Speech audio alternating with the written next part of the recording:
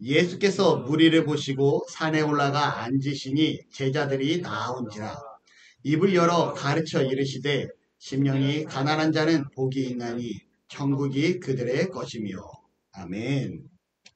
오늘 말씀 제목은 심령이 가난한 자가 누리는 복이라는 제목으로 함께 말씀을 좀 나누고자 합니다. 제가 지난주에 설교 중에 말씀을 드리죠. 제가 요즘 최근에 너무 메시지를 강하게 하는 것 같아서 이 메시지가 너무 우리를 그냥 골수까지 쥐어짜는 것 같아서 좀 위로를 하고자 팔복에 대해 말씀을 준비합니다 라고 제가 설교 중에 말씀을 드렸습니다. 그리고 지난 주간에 제가 노예도 있었고 저희 교회에서 목사님들과의 교제도 있었습니다. 그리고 그 교제 가운데 제가 이런 얘기를 하죠. 제가 이번 주부터 우리 교회 주일 말씀을요, 팔복을 전하려고 합니다, 목사님.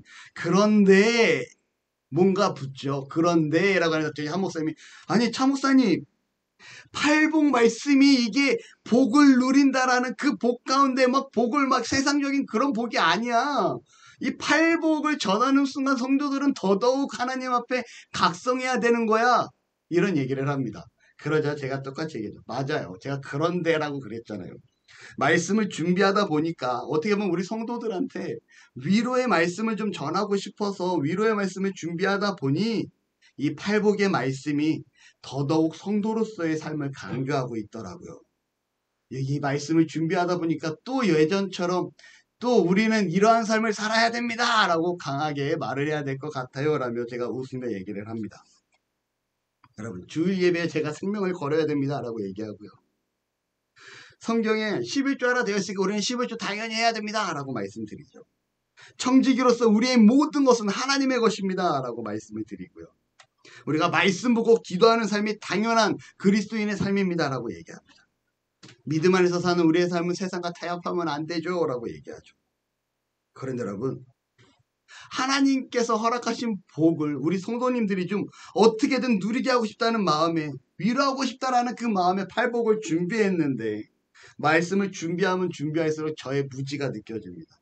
제가 부족한 목사임을 깨닫게 됩니다. 팔복의 말씀이 준비하다 보니 이 말씀은 단순히 우리에게 복을 누리게 하는 말씀이 아니라 그리스도인 된 우리가 삶의 방향성을 어떻게 가져가야 되는지 그 방향성을 제시하고 있는 말씀이라는 거예요. 여러분, 우리에게 주어진 이 팔복의 말씀이 위로의 말씀이기보다는 그리스도인의 삶의 원리가 되는 내 삶의 방향성이 되어지는 말씀이 되시기를 은혜가 있기를 소원합니다. 아멘. 그리고 제가 깨달아요. 뭐냐면 위로는 제가 하는 게 아니라 하나님께서 믿음으로 말씀 안에 살아가고자 하는 자에게 그 하나님께서 믿음 안에 말씀으로 살아가는 자에게 하시는 것이 위로임을 깨닫게 됩니다. 저는 그냥 목회자로서 하나님의 뜻을 전하는 자고요.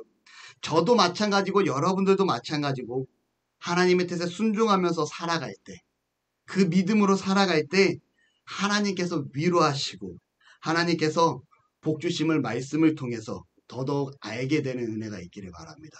저도 그러한 은혜가 있기를 소망합니다. 질문합니다. 여러분, 복을 받고 싶습니까? 아멘. 맞습니다. 우리는 복을 받아야 됩니다. 위로받고 싶습니까? 아멘. 위로도 받아야 되죠. 때로는 지치고 힘들잖아요. 우리가 하나님의 사랑과 은혜 가운데 머물고 싶습니까? 아멘. 그렇다면 우리는요, 하나님의 말씀에 순종하여 살아가는 결단이 있기를 축복합니다. 아멘. 여기서 아멘 소리가 별로 크지 않네요. 하나님 안에서 결단하는 은혜가 있기를 축복합니다. 아멘. 예수님께서요 40일 금식 기도를 하십니다. 그리고 사탄의 시험을 이기신 후에 예수님의 공적인 생애가 시작을 하죠. 그 공적인 생애의 시작의 가장 첫 번째가 마태복음 4장에 기록되기 시작을 하는데 제자들을 부르시기 시작을 합니다. 누구를 처음에 부르십니까? 고기를 잡고 있던 베드로와 안드레를 부르시죠. 그리고 또 그 옆에서 또 고기를 잡고 있던 야고보와 요한 4명을 부르시는 장면이 바로 마태복음 4장에 기록됩니다. 그러면서 이어지는 5장의 말씀에 수많은 사람들이 예수님께 모여들기 시작을 해요. 예수님께 사람들이 모여드는 이유가 있었습니다. 그 이유는요, 예수님께서 이제 제자들을 모으시기 시작을 하고 회당에서 하나님의 천국의 복음을 전하시기 시작을 합니다. 그리고 병든 사람들과 악한 것들과 모든 것들을 고치시는 모습을 보여주기 시작을 해요. 여러분, 예수님의 이러한 모습이 소문이 날까요? 안 날까요? 소문이 날 수밖에 없죠. 누군가 해당에서 말씀을 가르치기 시작을 하는데 이 말씀이 정말 살아있는 생명의 말씀과 같더라. 이 말씀이 해당에서 울려 퍼지는데 내 마음을 감동시키더라. 이 말씀이 해당에서 울려 퍼지는데 내 마음이 정말 기뻐짐을 느끼게 되더라. 라는 이 소문이 퍼지기 시작을 합니다. 또 어떠한 소문이 퍼집니까? 그가 병든 자를 고치기 시작하는데 그가 손을 대는 자마다 안진뱅이가 일어서고 병든 자가 고침을 받게 되더라. 소경이 눈을 뜨게 되더라. 놀라운 이적과 기적이 일어나더라. 라는 소문이 퍼지기 시작을 합니다. 그리고 많은 무리들이 예수님께 나오게 되고 예수님을 따르기 시작을 하죠. 그리고 이 수많은 무리들이 모인 것을 보시고 예수님께서 산에 올라가 앉으시고 말씀을 선포하시기 시작을 합니다. 이때 선포하신 말씀을 가리켜서 우리는 뭐라고 얘기하냐면 산상수훈이다 라고 얘기를 해요. 산상수훈은요, 쉽게 말하면 산에서 주시는 교훈이라고 생각하시면 됩니다. 예수님께서 산에서 주시는 교훈, 산상수훈을 우리에게 선포하고 계시다라는 거예요.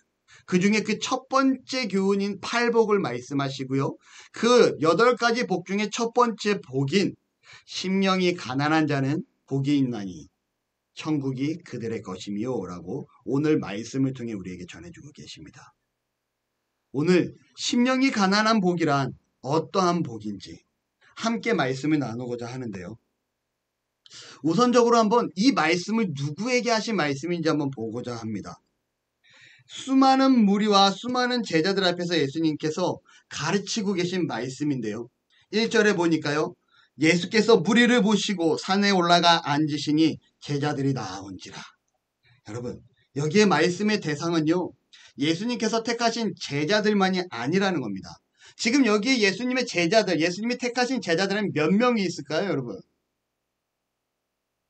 성주 3달란트 줍니다. 4명, 지금 성경에 기록된 내용을 보면요. 베드로와 안드레, 야고보, 요한, 예수님께서 택하신 4명의 제자들이 이 자리에 함께하게 되고요. 그리고 수많은 무리들이 지금 이곳에 예수님 앞에 나아오게 됩니다. 이 말씀의 대상은요. 택하신 제자들만이 아니라 예수님 앞에 나아온 모든 자들을 향한 하나님의 말씀이라는 거예요. 예수님을 따르는 누군가는, 그 무리 중에 누군가는 천국 복음이 좋아서 예수님을 따라온 자도 있을 거고요. 또 어떠한 사람은 지금 병들어 지치고 힘든 몸을 이끌고 어떻게든 이 몸을 치료하고자 예수님 앞에 나온 자도 있을 것 같습니다. 또 어떤 누군가는요, 친구 따라 강남 간다고요, 분위기에 휩쓸려가지고 따라온 자도 있을 것 같아요. 그리고 제자들처럼 특별히 예수님께 선택받은 자도 있었던 자리라는 겁니다. 그런 불특정 다수를 향해 예수님께서 하시는 말씀이 오늘 산상수훈 마태복음 5장에서부터 기록되기 시작한 예수님의 가르침이라는 거예요. 예수님의 말씀이 선포될 때, 예수님의 가르침에 복음의 말씀이 선포될 때 모두가 다 이 말씀을 이해하고 천국의 삶을 다짐할 것 같지는 않습니다. 어떤 누군가는 예수님의 이 가르침의 말씀을 듣고 도전을 받아 심령이 가난한 자의 삶을 살아야겠구나 라고 생각할 수도 있고요. 또 다른 누군가는 내가 이 말씀을 들으러 지금 여기 온 게 아닌데 라고 딴 생각이나 불평하는 자들도 있었을 것 같아요. 여러분, 그런데요. 마태복음 11장 15절, 마태복음 13장 9절, 마태복음 13장 43절, 그 외의 다양한 성경 구절에서 동일한 문장이 기록되기 시작을 합니다. 한번 마태복음 11장 15절에 어떠한 내용이 있는지 찾아볼 수 있습니까? 요한이 제자들에게 한 세례요한이 제자들한테 한 말씀입니다. 그리고 13장 9절은 예수님께서 하신 말씀이고요. 13장 43절도 예수님께서 하신 말씀이죠. 뭐라고 기록되어 있습니까? 11장 15절을 찾으시면 됩니다. 아멘. 여러분, 귀 있는 자들은 들을지어다. 예수님께서 이 산상수훈으로 수많은 성도들을 대상으로, 수많은 무리들을 대상으로 말씀을 선포할 때 귀 있는 자는 듣는다는 겁니다. 무엇입니까? 말씀이 선포되어질 때 누군가는 그 말씀을 듣고 내 마음에 새겨 삶으로 옮기는가 하면 누군가는 이 들어야 될 말씀을 이게 내가 들을 말씀이 아니라 다른 누군가가 좀 들었어야 되는데 라고 생각할 수도 있고요. 이거는 지금의 내가 아니라 예전에 내가 들었어야 될 말씀인데 라고 생각할 수도 있고요. 이 말씀은 전혀 나하고 관계가 없는데 라고 생각할 수도 있다라는 겁니다. 하지만 귀 있는 자들은 들을지어다. 이 말씀은 지금 나에게 주어지는 말씀임을 상기하며 귀 있는 자가 되어 선포되어지는 그 말씀에 귀 기울이는 자세가 있기를 소망합니다. 다시 말하면 이 산상수 안에 수많은 사람들이 함께 했지만 누군가는 귀 있는 자가 되어 이 말씀을 마음에 담아 하나님의 사람으로 살기를 다짐을 하고요. 누군가는 여전히 세상으로 나아갔다라는 겁니다. 저는요, 우리 나눔의 성도들이 오늘의 말씀을 통해 귀 있는 자가 되어 심령이 가난한 자로서의 이 땅을 살아가는 그 복을 누리기를 소망합니다.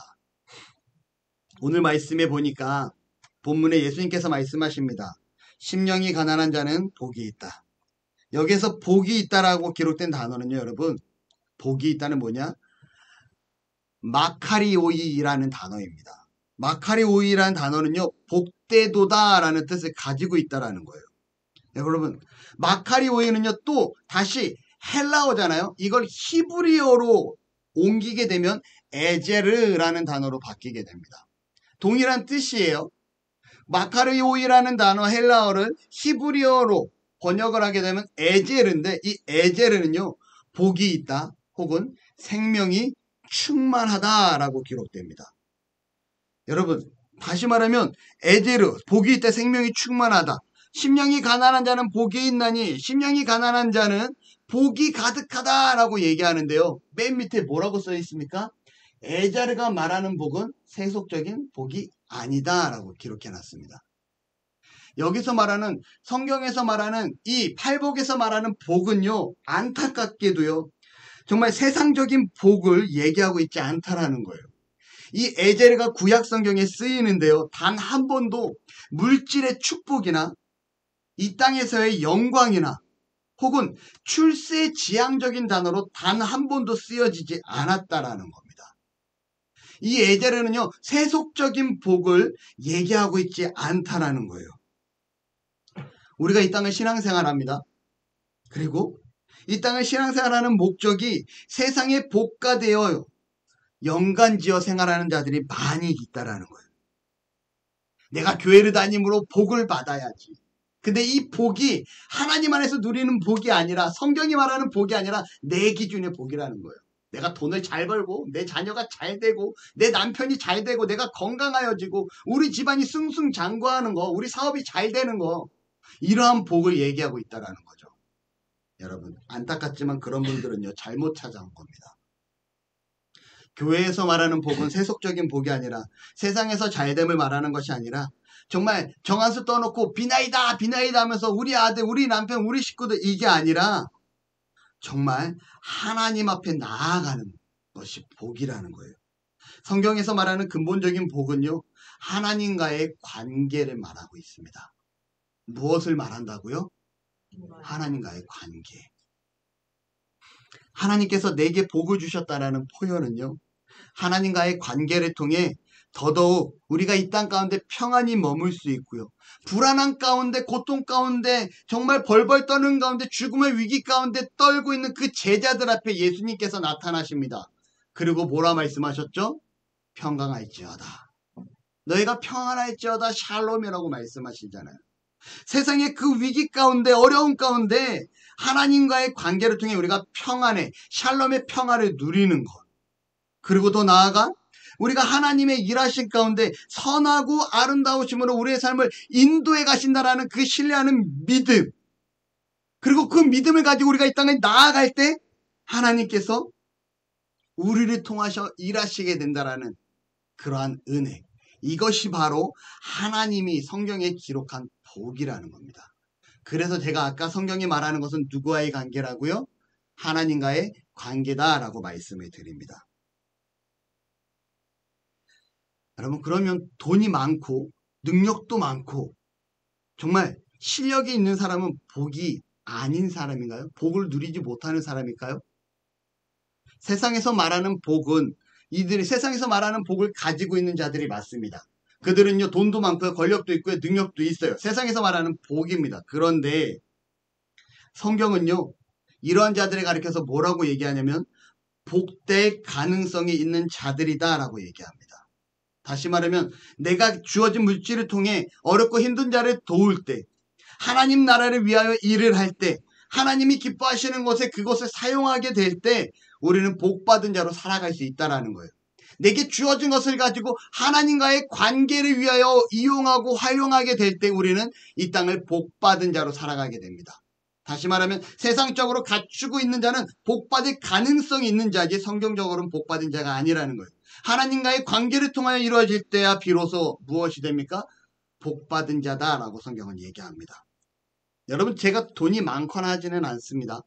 정말 매달 저희 가정에 필요한 금액을 하나님께서 딱 맞춰 채워주시는 은혜로 살아갑니다. 정말 어떻게 그렇게 딱 맞춰 채워주시는지요.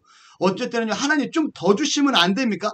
제가 좀 저축이라도 할 수 있게끔, 미래를 좀 준비할 수 있게끔 준비해 주시면 안 됩니까? 라고 기도할 때가 있어요. 그런 제가요, 지방의 한 교회를 갑니다. 지방에 이 교회를 가는데 어렵고 힘든 아이들을 위탁 교육하는 그러한 교회예요. 이 목사님께서 이 아이들을 위해 버려지고 정말 세상에서 외면한 그러한 아이들을 데려다가 정말 정성껏 키우며 정상적인 아이로 기도와 말씀으로 회복시키는 사역을 합니다. 정말 이 아이들이 성인이 될 때는요, 정상적인 삶으로 살아가요. 아이 때는 세상에서 버려지고 부모한테 버림받은 그 아이들이요, 이 목사님 가정에 와서 위탁교육을 통해서 말씀으로 양육되어지면 이 아이들이 온전히 성장하는 자로 드러나게 됩니다. 하나님의 놀라운 역사가 그 안에 일어나요. 그 교회에서 이루어집니다. 이 목사님의 이 사역을 보고요, 제가 감동을 해요. 이 목사님의 머리가 하얗습니다, 원래는. 근데 볼 때마다 까매요. 이유는요, 이 어린 아이들을 데리고 양육하다 보니까 이 아이들이 이 목사님을 보고 아빠라고 부릅니다.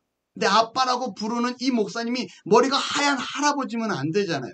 그리고 가끔씩 이 아이들도 정상적으로 학교를 다니니 학교에서 부모님을 찾을 때가 있다라고 그래요. 그러면 부모 참관 수업이나 이런 게 있으면 똑같은 부모로서, 위탁 부모지만 동일한 부모로서 이 아이의 학교에 찾아간다고 합니다. 그때 자기 머리가 하얗면 이 아이가 얼마나 친구들 사이에서 너네 아빠는 할아버지냐 이 얘기가 안 될 것 같아서 염색을 하신다 그래요. 그런데 여러분, 이 목사님이 눈이 굉장히 안 좋습니다. 눈이 안 좋은데 염색한다라는 것은 완전히 최악의 선택이라고 해요. 그런데 이 목사님이 염색을 합니다. 이유는 내가 맡겨진 사명이 하나님이 이 버려진 아이들에게 있기 때문에 내가 염색을 합니다라고 얘기를 해요. 비록 제 눈에는 안 좋겠죠. 하지만 염색을 합니다. 여러분, 어리석은 걸까요? 아니죠. 하나님 나라를 위해 수고하며 헌신하는 거라는 거예요. 우리가 이 땅을 살아가는 가운데 내 생각, 내 방법대로 가는 것이 아니라 하나님이 기뻐하시는 그 길로 이 목사님이 나아가게 됩니다. 그래서 어떠한 일을 하게 되냐? 여러분, 제가 그 교회를 갔다가 그 교회의 열악한 모습을 봐요. 그리고 목사님, 제가 여기 교회 전기공사는 제가 해드리겠습니다 라고 말씀을 드려요. 제가 잘나서가 아니고요, 제가 돈이 많아서가 아니고요, 제가 능력이 좋아서가 아니라 제 마음에 감동이 있는 거예요. 교회를 보는 내내 그 마음에 감동이 옵니다. 전기가 막 뚝뚝 떨어진 것을 봅니다. 목사님, 제가 이 전기공사만큼은 제가 해드리겠습니다. 그러자 목사님 그래요. 내가 이걸로 얼마나 기도하고 있었는지 몰랐는데 차 목사님 오셔서 그 말 해주니까 내가 너무나 기뻐라고 얘기합니다. 제 머릿속으로 생각을 하죠. 한 얼마 정도 돈이 들까? 그리고 대략적으로 한 300 정도에서 그 이상의 돈이 들지 않을까 생각을 합니다. 여러분, 제가 아까 말씀드리죠. 제가 돈을 많이 가졌나요? 아니요. 전 정말 하나님이 채워주시는 그 한 달의 삶을 가지고 살아갑니다. 제게 그 돈이 있지 않아요. 하지만 제가 제 삶을 쪼개서라도 그 목사님 앞에 그걸 해드리기 위해 약속을 합니다. 그리고 내일 5시 반에 전기 사장님을 모시고, 전기업체 사장님을 모시고 그곳에 내려가게 되죠. 여러분, 한 4시간 정도 걸리는 곳에 있고요. 그곳에 가서 어떠한 전기 승합공사와 함께 전반적인 전기를 다 보고 서울에 올라와서 자재와 장비를 다 준비해서 다시금 내려가서 며칠 공사를 하고 올라올 계획을 세웁니다. 그래서 내일 우선 1차적으로 내려가게 돼요. 제가 능력이 있어서 하는 것이 아니라 하나님이 허락하신 복을 누리기 위해서 내게 주어진 것을 하나님과의 관계 속에서 사용하기 위해서 이러한 선택을 합니다.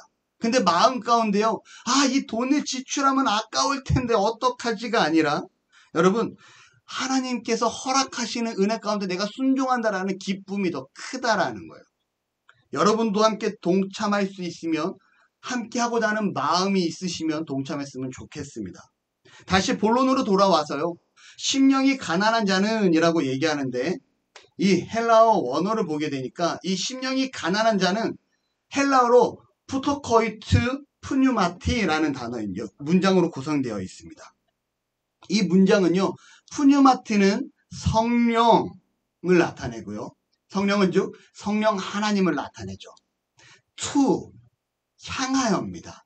무엇을 위하여, 성령을 향하여, 성령을 위하여 라고 되어 있어요. 그리고 그러면 푸코토이가 남죠. 푸코토이는요, 가난한 혹은 구걸하는 심령이라고 얘기합니다.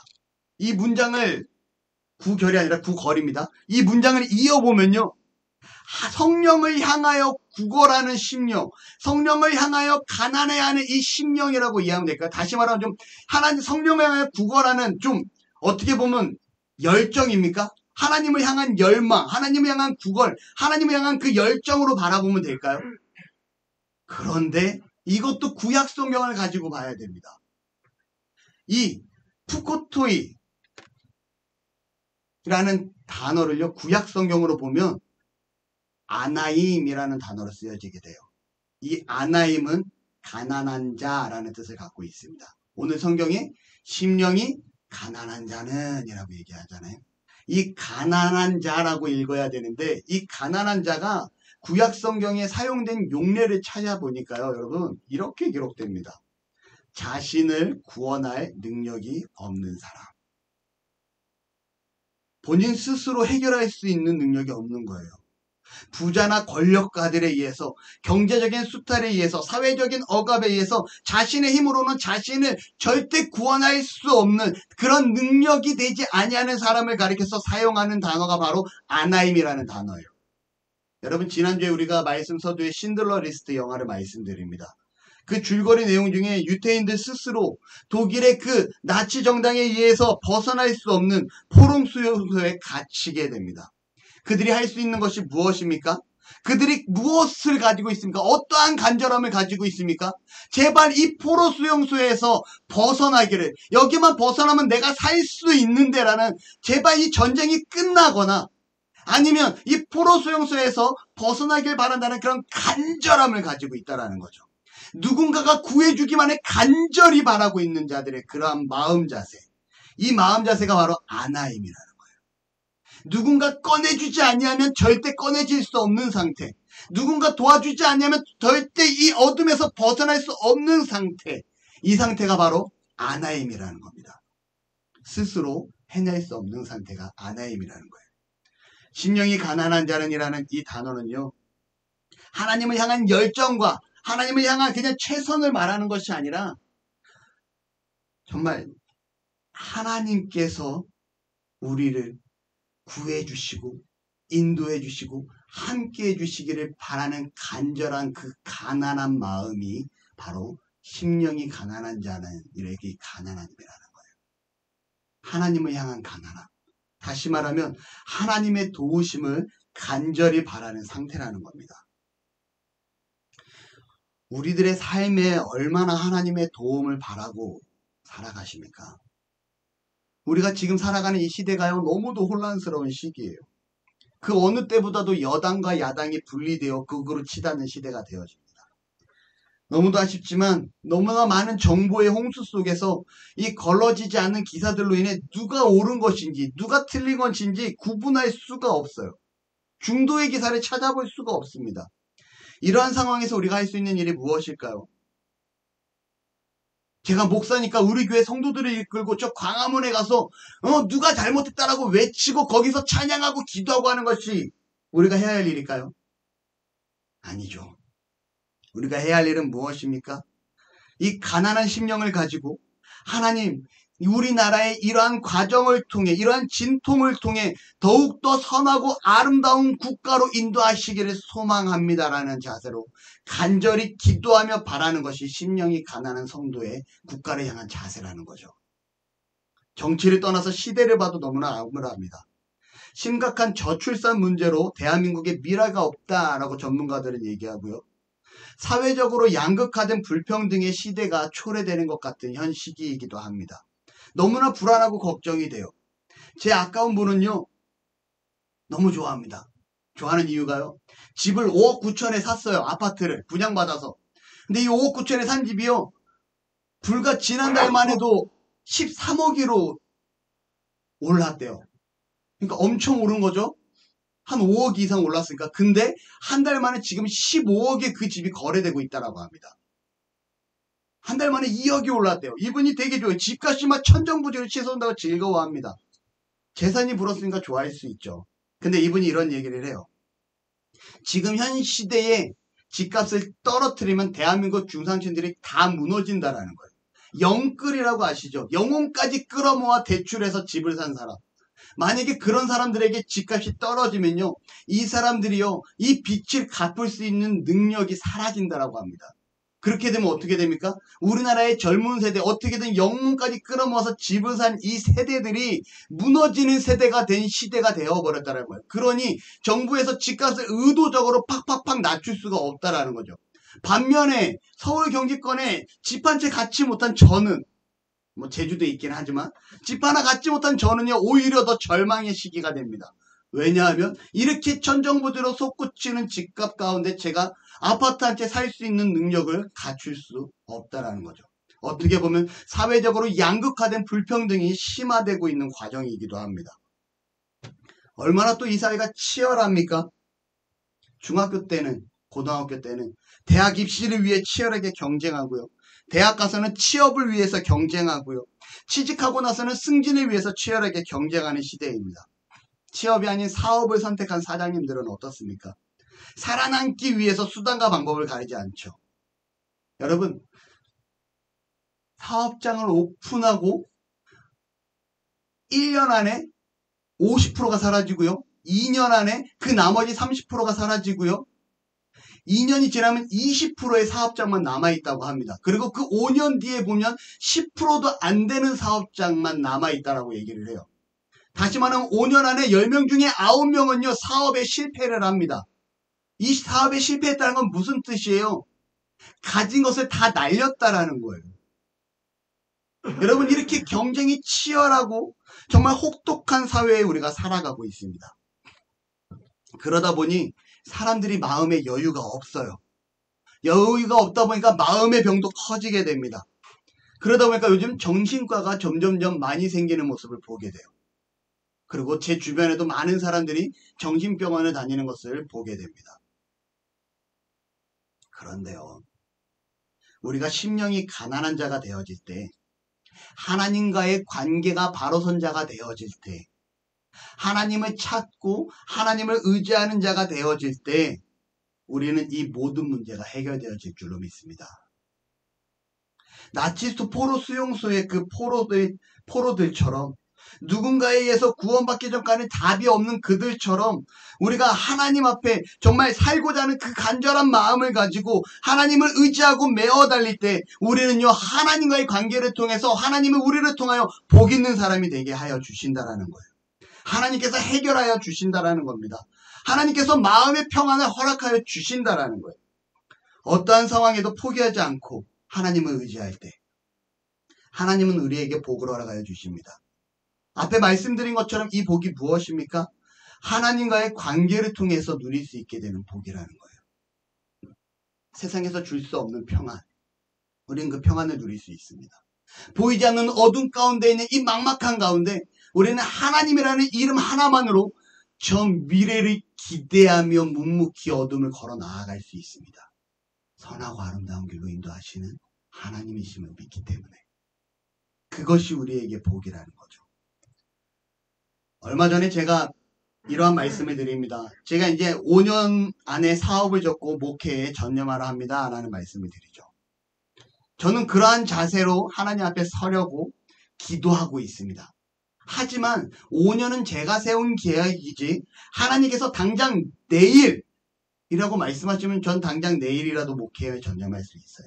혹은 하나님께서 상아가 네가 나아갈 길은 목회가 아니야. 넌 정말 사업에 있어. 너는 협력 목사로 섬기는 게 맞는 것 같아 라고 하면 저는 조용히 내려놓고 교회를 보좌하며 돕는 협력 목사로 살아갈 자신도 있습니다. 자신이 아니라 그러한 자세를 가지고자 합니다.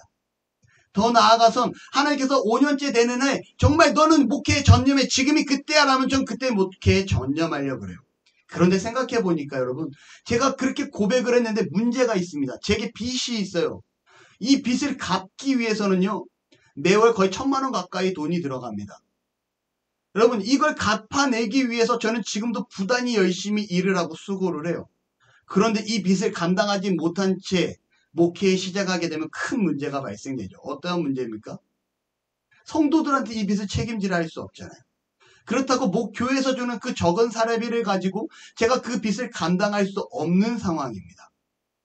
하나님께 기도하죠. 하나님이 가라 하는 그 시기에 제가 순종합니다.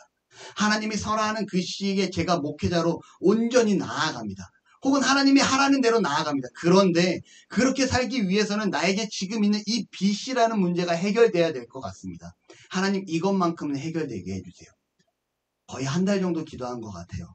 얼마 전에 기도하고 있는데 하나님 이 빚만큼은 해결해 주셔야지. 내가 목회에 온전히 나아가는 그 길에 이 빚만큼은 해결해 주셔야지 제가 하나님 앞에 더욱더 전념하지 않겠습니까? 그것만큼은 도와주십시오라고 기도하는데 마음의 울림이 있습니다. 하나님 마음 가운데 깨닫게 해주십니다. 여러분 상아가 너 제주도에 집 있잖아. 네가 운영하고 있는 그 펜션 그 네 거잖아. 그 집 팔면 네가 갖고 있는 빚 웬만한 거 다 해결할 수 있을 텐데. 그래도 마음이 살짝 흔들립니다. 기도하는 가운데. 하나님 그 집은 좀 건들면 안 돼. 성주가 지금 고개를 살짝 흔드네요. 이거 내 건데 뭐 이런 겁니까? 기도하는 가운데 마음 가운데 어떤 생각이 드냐? 마음이 흔들려요. 하나님 그거 제가 가진 유일한 재산인데요. 저 정말 아무것도 없이 시장에서 그거 하나 만든 건데요. 그것조차 가져가신다고요? 그런데 여러분 생각해 보니까 그 집이 그 재산이라는 것이 제가 하나님 앞에 온전히 순종하는 데 있어 걸림돌이라는 것을 깨닫게 됩니다. 세상의 시각으로 봤을 때 저는 어리석은 자예요. 미련한 자입니다. 세상의 신념으로 세상의 시선으로 봤을 때 그 젊은 날의 수고를 갖다 버리는 어리석은 미련한 자처럼 보여질 수도 있어요. 그런데 우리가 하나님의 시선으로 바라보면요. 오히려 이 집을 정리하는 것도 별다른 문제가 되지 않습니다. 이 집을 빚을 다 정리하게 되면 온전히 더 하나님 앞에 더 메어 달릴 수 있는 전적으로 하나님만을 바라볼 수 있는 상황이 주어지게 됩니다. 더 나아가서는 우리가 청지기라고 얘기하잖아요. 그 집이 내 것이 아니라 잠시 하나님께서 저에게 맡겨주신 거라고요. 그러니 하나님께서 그거 정산해서 목회에 충성해 라고 하면 저는 그렇게 할 자신이 그렇게 하기 위해서 기도하고 있다는 거예요. 자신 없습니다. 그냥 그렇게 얘기할게요. 하지만 하나님 제가 그 상황이 되어질 때 순종하며 나아가기를 원합니다 라고 기도하고 있다는 거죠. 여러분 지금 당장은 정리할 생각은 없어요.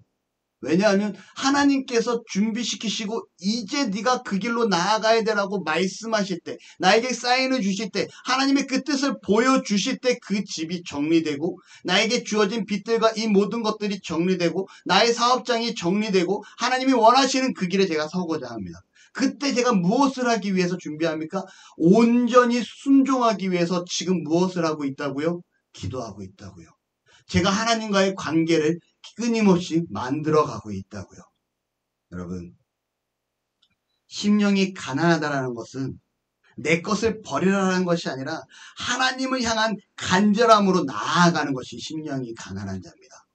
하나님을 향하여 간절히 나아가니 나에게 있는 재산도 나에게 있는 이 사업장도 내게 주어진 이 모든 것들도 하나님과의 관계를 위해서라면 얼마든지 내어놓을 수 있고 얼마든지 누군가에게 베풀 수 있는 것이 되어진다라는 거예요. 왜요? 나는 복 있는 사람이니까요. 우리는 복받은 하나님의 사람이기 때문에.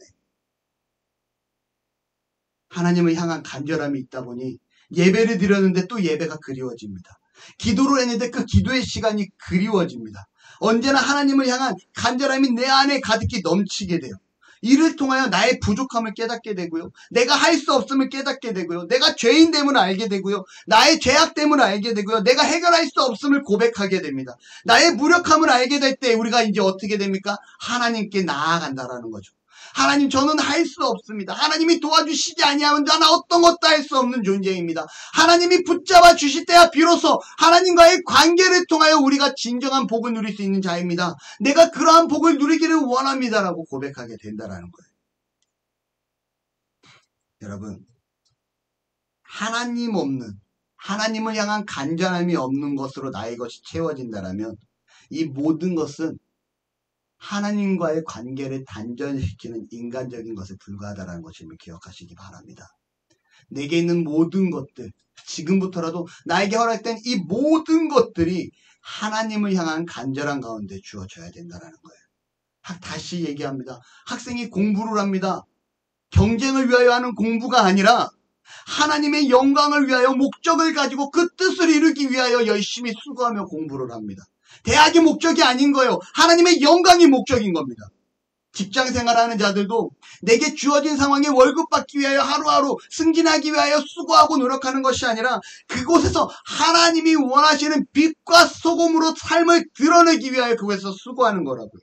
사업하는 자들도 내가 성공해서 돈 벌기 위함이 아니라 내가 물질을 지기 위함이 아니라 하나님의 이름을 드러내기 위하여 그 사업을 하는 거라고요. 그러할 때 하나님은요, 우리 삶 가운데 일하시기 시작합니다. 복을 누리게 하신다라는 거예요. 말씀을 맺고자 합니다. 여러분들은 심령한 가난한 자가 되시기를 원하십니까? 하나님이 아니고서는, 하나님 앞에 나아가지 아니하고서는, 하나님 앞에 내어놓지 않고서는 인간적인 것에 불과하다는 것을 기억하셔야 됩니다. 내가 할 수 없음을 알고 간절함을 가지고 하나님 앞에 내어 맡길 때 하나님께서는요, 나를 위해 일하시기 시작합니다. 나의 문제를 해결하시고 나의 앞날을 준비하시고 더더욱 그리스도인으로 살아갈 수 있도록 우리 앞에 선하고 아름다운 길을 인도하시는 그 하나님을 믿음으로 신뢰하며 나아가는 그러한 은혜가 있기를 축원합니다. 심령이 가난한 자는 복이 있나니 천국이 그들의 것이며, 우리가 심령이 가난한 자가 되어 천국을 소유하는 하나님이 허락한 복을 누리게 되는 그러한 믿음의 성도들 되시기를 축복하며 축원합니다. 사랑의 하나님, 참으로 감사합니다. 우리를 기억하시고 주 앞에 나와 예배하며 이렇게 말씀을 드릴 수 있는 은혜를 허락하시니 감사합니다. 심령이 가난한 자는 복이 있나니 천국이 그들의 것이며, 예수님의 이 말씀처럼 우리가 하나님을 향하여 가난한 자가 되기를 원합니다. 하나님이 아니고서는 정말 우리에게 그 어떠한 해답도 없음을 이 시간 고백합니다. 나의 모든 것들 하나님이 허락하신 것이며 나의 모든 상황을 하나님께서 인도하심을 고백합니다. 하나님께 내 모든 것을 내어놓게 하시고 하나님이 기뻐하시는 그 길로 인도하시는 하나님과의 그 관계의 풍요함으로 살아갈 수 있는, 정말 신뢰함으로 이 땅을 살아 나아가는 하나님만 바라는 믿음의 성도들, 정말 그 천국이 저희 것이라는 그 복을 누리며 살아가는 믿음의 성도들 되어지길 원하오니 주께서 도우시고 함께하여 주시옵소서. 이제는 우리 주 예수 그리스도의 은혜와 하나님 아버지의 놀라우신 사랑하심과 성령 하나님의 함께하심이 말씀을 듣고 하나님을 향한 그 가난함으로, 그 간절함으로 살아가기를 소망하는 나눔의 성도들 머리 위에, 나눔의 교회 위에 지금으로부터 영원토록 함께 있을지어다. 아멘.